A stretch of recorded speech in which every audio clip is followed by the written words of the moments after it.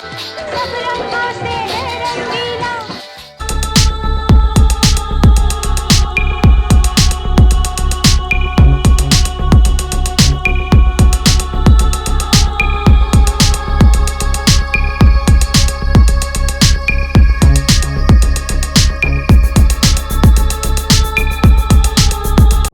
बहरहाल हम आपसे दीदी बात कर रहे थे लोकगीतों की। तो जैसे अपने ब्रज में लोकगीत हैं, तो इनके जो कहते हैं ना डिवाइड जो प्रकार होते हैं, जैसे संस्कार गीत हैं, अभी आपने जो किया था उन पे आपकी पुस्तक भी आने वाली है जी। आने वाले समय में आ चुकी है पुस्तक। जी, मैंने उन संस्कार गीतों को जन्म से देखे, उसमें विवाह तक के गीत हैं। तो साथियों हम बात कर रहे थे सीमा दीदी की कि इन्होंने पुस्तकें भी लिखी, और अभी जैसा कि इन्होंने बताया कि बातचीत में कि यहाँ जैसे हमारा एक प्रयास है कि जो ब्रज संस्कृति है, साहित्य है, संगीत है, यहाँ की जो लोक कला है, वो धीरे धीरे कहीं ना कहीं वो लुप्त भी होती जा रही है। तो उसको सहेजने का काम, एक बहुत बड़ा काम आप कर रही हैं। उसी श्रृंखला में इन्होंने बहुत कुछ करने का प्रयास भी किया है। ये देखिए, ये ब्रज के संस्कार गीत, ब्रज के संस्कार गीत, इसका प्रकाशन हो चुका है और अब इसका दूसरा एडिशन आने वाला है ना। तो इसका दूसरा एडिशन आने वाला है साथियों, और जब हम तो यही कहेंगे कि आप इस पुस्तक को ज़रूर लें और ब्रज की कला, ब्रज की संगीत यानी कि लोक कला, यहाँ का गायन किस तरह से होता है, यहाँ के संस्कार गीत किस तरह से होते हैं, इसके अलावा ब्रज संस्कृति में और किस किस तरह की विधाओं पे काम हुआ है, तो वो सब आपको इसमें मिलेगा।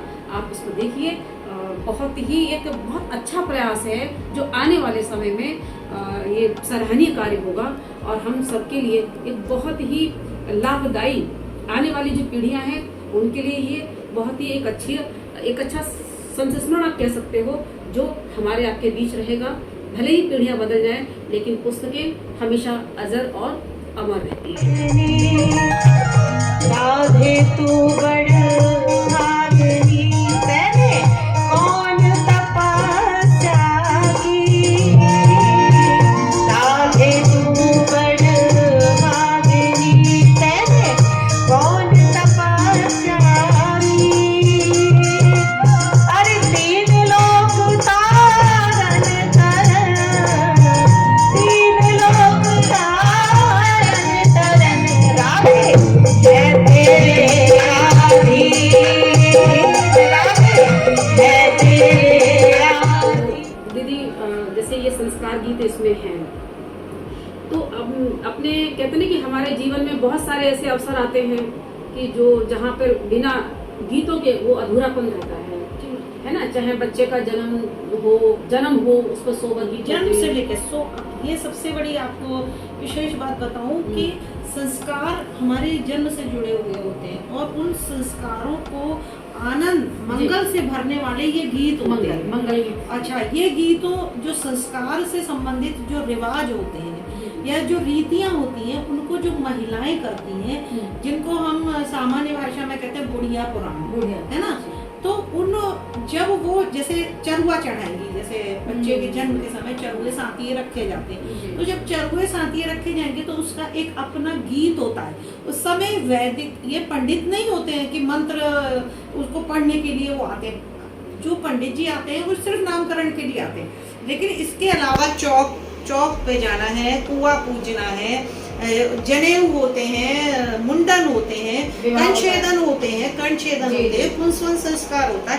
इन सबके गीत होते हैं, और इन गीतों को वही महिलाएं जो जिनको अम्माएं हम लोग कहते हैं वो गाती हैं।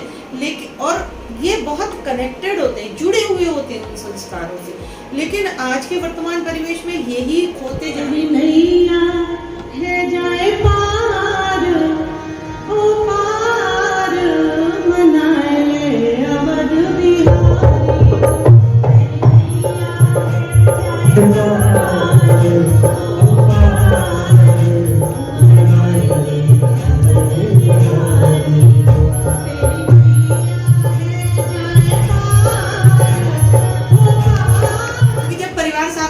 बैठता था, सब महिलाएं बैठती थी, तो एक प्रेम और जो सौहार्द का जो वातावरण रहता था, अब कहाँ देखने को मिलती है वो सारी चीजें। सिर्फ नाम के लिए रहनी, इसको ही बचाना है हमें। तभी तो हम अपने अंचल की जब हमारा आंचलिक लोक खो जाएगा तो हमारी पहचान खो जाएगी। सबसे बड़ी बात है, ब्रज के लोक संगीत को, लोक साहित्य को, लोक भाषा को बचाना बहुत आवश्यक है। जी, तो फिर हम ब्रजवासी कैसे कहे जाए? आज संघर्ष कर रही है हमारी ब्रज भाषा। बिल्कुल, जिस- हाँ, बिल्कुल। अगर हम हिंदी में से ब्रज भाषा को निकाल दें कुछ नहीं। तो कुछ साहित्य नहीं बचता है। और नहीं। आज वो ब्रज भाषा संघर्ष कर रही है। हमारे ब्रज में एक छोटी सी ब्रज भाषा साहित्य की अकादमी तक नहीं बन पाई। देखिए यहाँ पर आपने बहुत अच्छी बात ये कही कि यहाँ पर ब्रज भाषा अकादमी के लिए देखिए वैसे प्रयास तो कई लोगों ने किया भी है शायद, लेकिन अभी तक कुछ सक्सेस नहीं हो पाया, इस दिशा में कोई काम नहीं हो पाया है। तो हम तो यही चाहेंगे कि आपकी जो ये एक इच्छा है और ये होनी भी चाहिए। अनवरत कर रहे हैं। मोहन स्वरूप भाटिया जी हैं, वो भी पद्मश्री मोहन स्वरूप भाटिया जी जी, जो है मेरे साहित्य गुरु हैं। हाँ। वो अनवरत इस तरफ की तो ये होना कोशिश चाहिए, कर रहे ये हैं। होना चाहिए। लेकिन हम सब ब्रजवासियों को ये परम आवश्यक है, जब तक हमारी यह भाषा 8वीं अनुसूची में शामिल नहीं होगी, जब तक हमें नहीं लगता कि वो हम उसको बचा पाएंगे। बिल्कुल, तो हम तो यही कहेंगे कि इस दिशा में जितने भी सार्थक प्रयास किए जा सकते हैं वो किए जाने चाहिए, आम जन के द्वारा भी, और जो जनता है वह करे।